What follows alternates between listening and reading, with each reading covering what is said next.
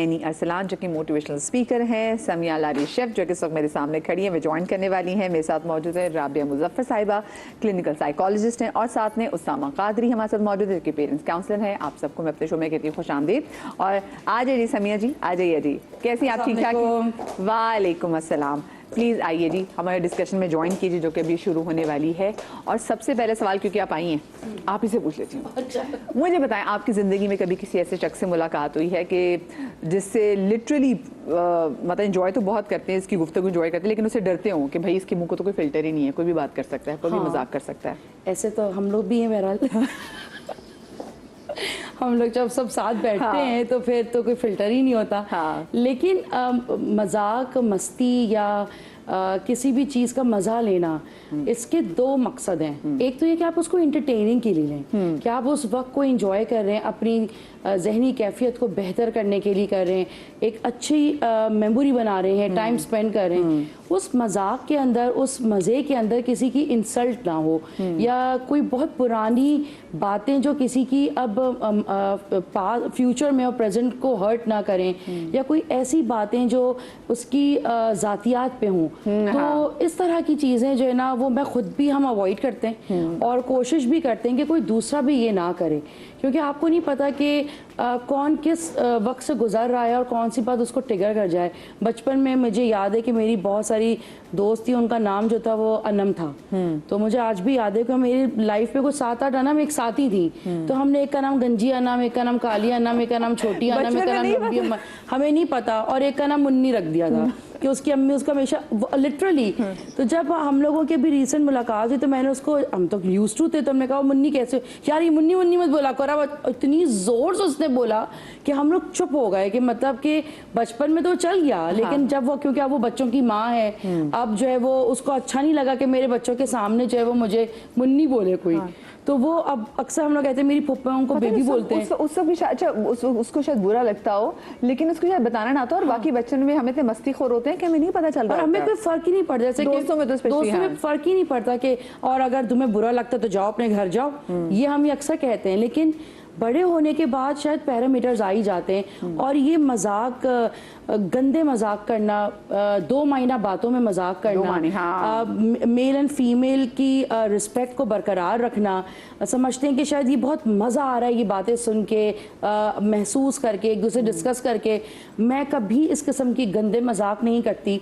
मजाक करो, मतलब एक तफरी करो, एक मज़े लो उस चीज़ के। लेकिन अक्सर मैंने शादीशुदा ख़वातीन को देखा है, अक्सर मीडिया के लोग बदनाम है या बहुत हाई फाई सोसाइटी में मूव करते हैं कि यही दो बातें करते हैं। मैंने घरेलू ख़वातीन को दो मायना बातें करते हुए देखा है, जो कि मजाक के ज़िम्रे में आ रहा है, लेकिन वो मजाक नहीं होता। आप अपने बच्चों की, और शायद हम बैठे होते हैं तो महफिल में बच्चे जो हैं वो सॉफ्ट टारगेट होते हैं, उनकी ऐसी ऐसी बातें बताना जो बच्चे शर्मा रहे होते हैं। अच्छा, हमें ये नहीं बताना। ये पता है समिया, ये जो आपने बात की ना, ये मैं अपने वो घर की से बात करती ना, कि हमारे यहाँ तो मेहमानों को एंटरटेन करने का सबसे बड़ा होता है कि आपको पता है ये जो हमारी बच्ची है ना, ये बहुत करती है, ये हमारा बच्चा वो यूँ करता है, तो और हमें लग रहा होता है कि लोग, ये मजा है। अच्छा, लेकिन इससे कहीं ना कहीं होता है कि कुछ बच्चे ऐसे होते हैं जो कि अपने आप को भी ना बहुत ही लाइट लेना, सीरियस नहीं ले रहे होते जिंदगी में। मैं आपको बताऊं, हम जो ये मजाक के बच्चों के बारे में बात करते हैं, क्योंकि मैं खुद 2 बच्चों की माँ हूँ, और मैं इस चीज़ को फील करती हूँ कि बाज़-औक़ात आपके फ्यूचर की जो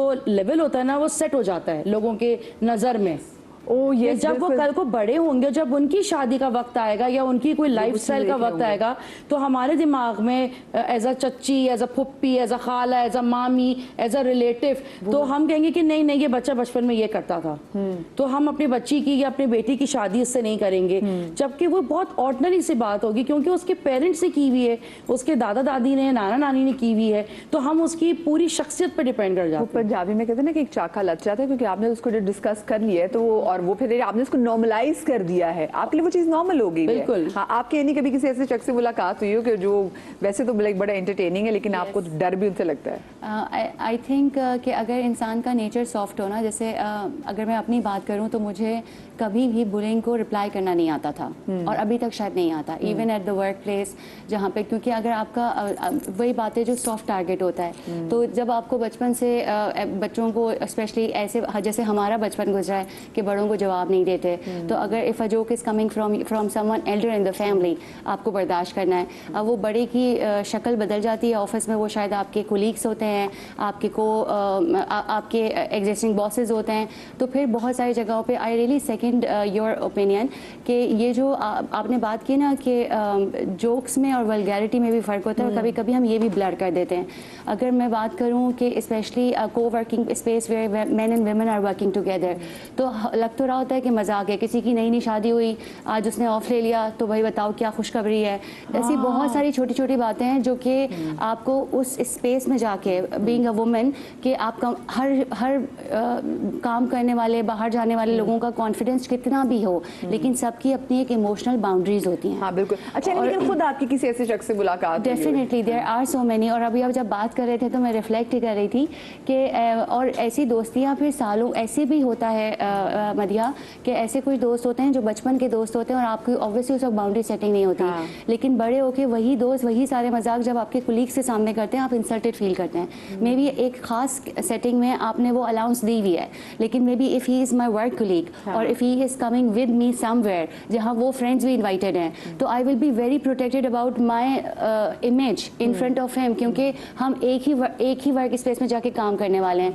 तो देयर आर सो मेनी, और वक्त के साथ कुछ इंसान सीख जाता है मदिया, लेकिन मुझे हमेशा ऐसा लगता है as my own personality probably is like this कि आपका जो जिसको जवाब देना नहीं आता ना, उसके लिए बहुत दिक्कत है समझ के बाउंड्री सेटिंग करना। स्टिल वो कहीं ना कहीं सफ़र कर रहा होगा। इसलिए ना बच्चों को थोड़ा बहुत, मैं कहती हूँ अपने बच्चों को मजाक करना भी सिखाएं, और मजाक में जवाब देना भी थोड़ा बहुत जवाब देना सिखाएं, स्पेशली पोलाइटली बाउंड्री सेटिंग करना सिखाएं। अगर आपका बच्चा आपको आके मजाक कहता है ना कि मुझे नहीं अच्छा लगता खाला आप सबके सामने ये बोल रही हैं, इसे सीरियस लें, क्योंकि 8 से 10 साल के दरमियान तक हम उसकी पर्सनैलिटी शेप कर चुके होते हैं। और ये बात बिल्कुल आपने सही कही मदिया कि जब बचपन में बच्चा बुली हो रहा होता है ना, तो there is a potential chance कि वो ऑफिस में, दोस्तों में, वो जब भी बड़ा होगा वो अपना ये फैक्टर प्रोबेबली वो कहीं ना कहीं एक्सेप्ट भी कर चुका होता है कि I am a soft target. अच्छा, दूसरी बात ये देखिए, जो हिस्से मज़ा है ना वो हर बंदे में नहीं होता, ये इस बात को भी एडमिट करना बड़ा ज़रूरी है। जैसे not every person is very eloquent बात करते हुए, इसको नहीं भाई हर बंदे, ये एक आर्ट है जो कि अल्लाह ने आपके अंदर डाला है।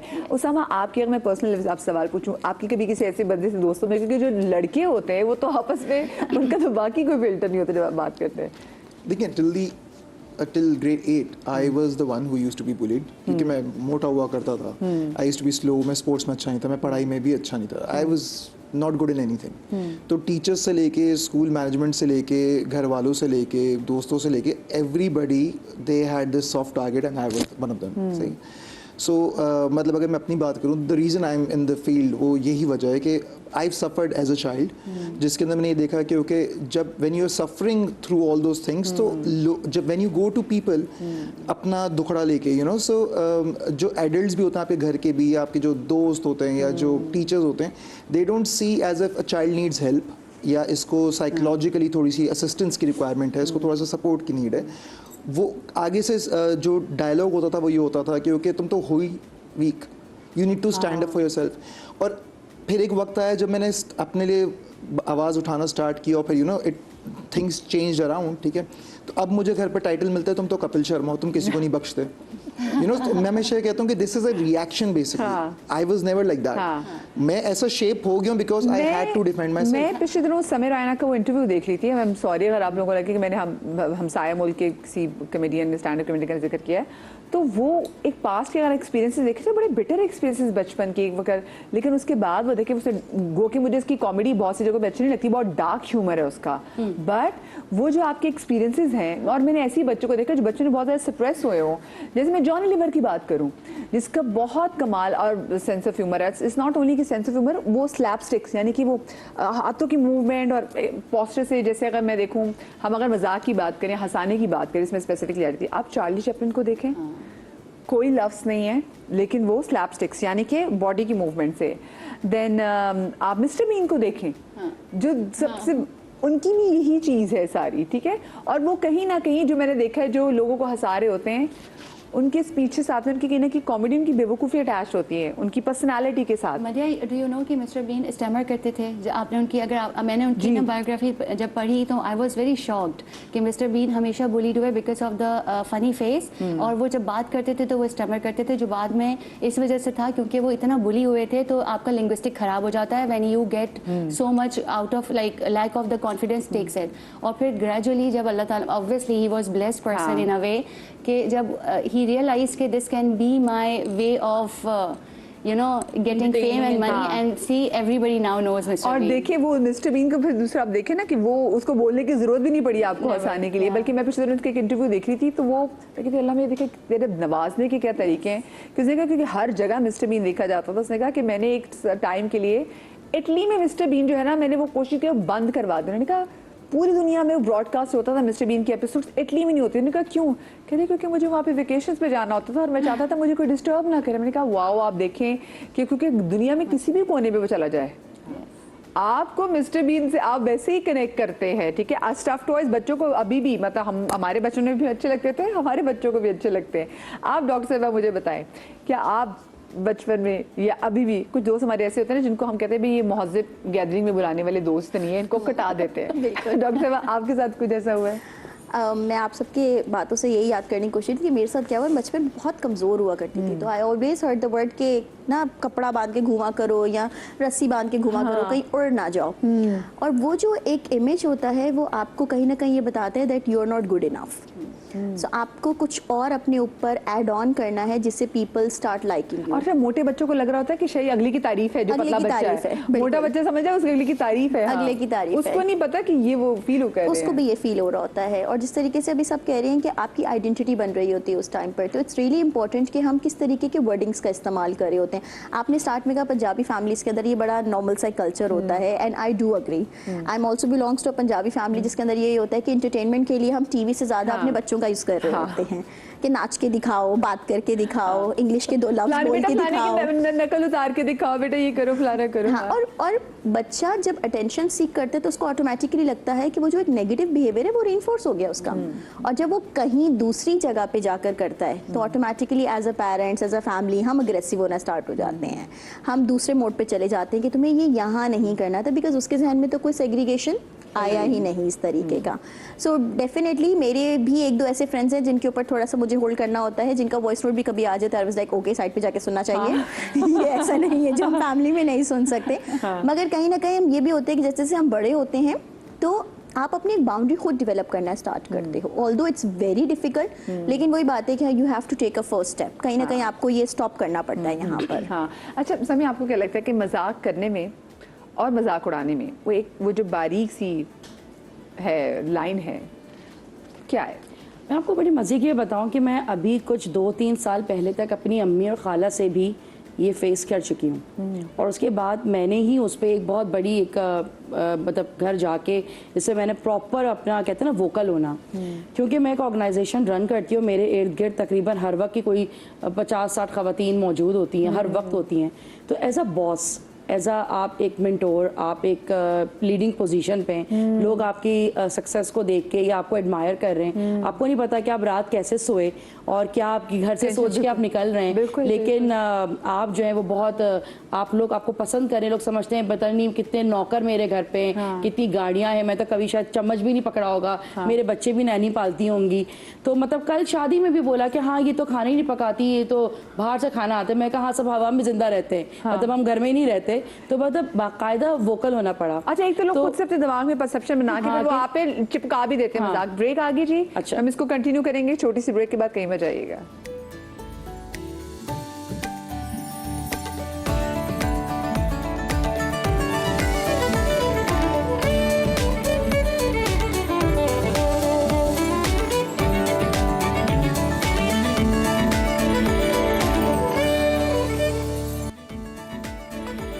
Welcome back after the break. और ब्रेक पर जाने से पहले जरा समिया अपना किस्सा सुना रही थी, वो भी अपने घर वालों का। अच्छा समिया, बहुत सारे लोग ना खानदान में भी ऐसे होते हैं जिनको कहते हैं कि जी ये तो खानदान की रौनक है, जहाँ पे भी जाएंगे वहाँ पे लोगों को एंटरटेन करेंगे।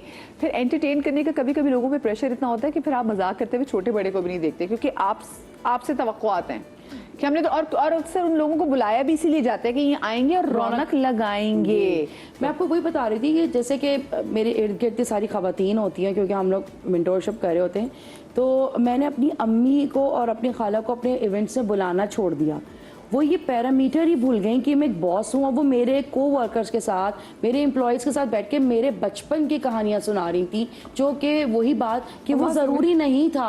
और उसके बाद मैंने चेंज देखा कि उनकी बिहेवियर में मेरे साथ बिल्कुल नॉर्मल हो गया, ईजी लेना शुरू ईजी ले गए। तो फिर मैंने जाकर ये बात बोली कि देखिए, ज़रूरी नहीं कि बचपन में आप बुली होते हो। मैं अभी 2-3 साल पहले तक जो है वो इस चीज़ को फेस मैंने किया कि आप देखें, आप बीइंग अ मदर आती हैं, आप अपनी बात रखें। वो आपको अपने घर की बातें थोड़ी बताते हैं। हाँ। कि उनके साथ भी तो बहुत कुछ होता होगा ना, आप मुझे क्यों डिस्कस कर रही हैं? हम हर महफिल में एक ही बंदा बोल रहा है, एक ही बात पे डिस्कस है। आप समझें कि मैं एक बॉस हूँ, तो मेरी अपनी एक प्रोटोकॉल्स है, मेरी अपनी एक स्टैंडर्ड है। हाँ। मैं अपने एम्प्लॉयज़ के सामने, मैं घर पे तो आराम से बैठ के बर्तन भी धो लेती हूँ, मैं वहाँ बैठ के बर्तन नहीं धो सकती। तो फिर उनको चीज़ रियलाइज़ हुई कि हाँ, कि हम बच्चे अगर बड़े हो रहे हैं तो वो उनकी अपनी भी एक मार्जिन है। और वाकई में जैसे कि हमारे कुछ लोग हैं कि यार इनको बुलाओ, मज़ा आएगा, रौनक लग जाएगी, हंसी मजाक, आओ बैठो, तफरी करते हैं, मजाक करते हैं।